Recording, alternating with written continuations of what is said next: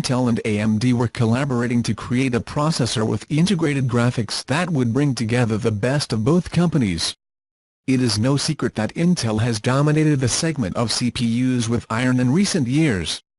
It is also not a secret that AMD, thanks to the experience with consoles such as Xbox One X and PS4 Pro, has created very powerful embedded graphics chips.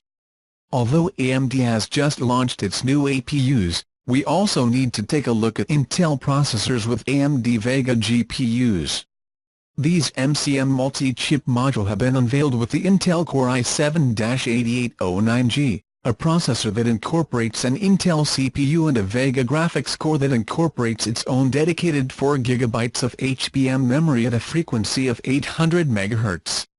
The processor has 4 cores and 8 threads at a base frequency of 3.10 GHz and a boost of 4.2 GHz and stays very close to an Intel Core i7-6700K, which are big words.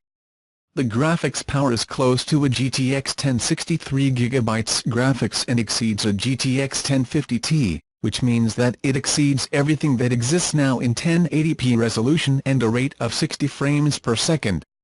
However, synthetic tests are used to directly compare equipment or chips, either a CPU or a GPU. In this type of equipment, the most interesting thing is to know the performance in games like Hitman and Rise of the Tomb Raider, two games that are good with AMD and, according to these tests, perform perfectly in teams as tiny as the Intel NUC8 VR.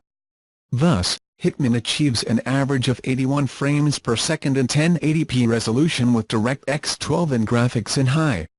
Rise of the Tomb Raider, meanwhile, remains at 63 FPS with high graphics, DirectX 12 and Full HD resolution.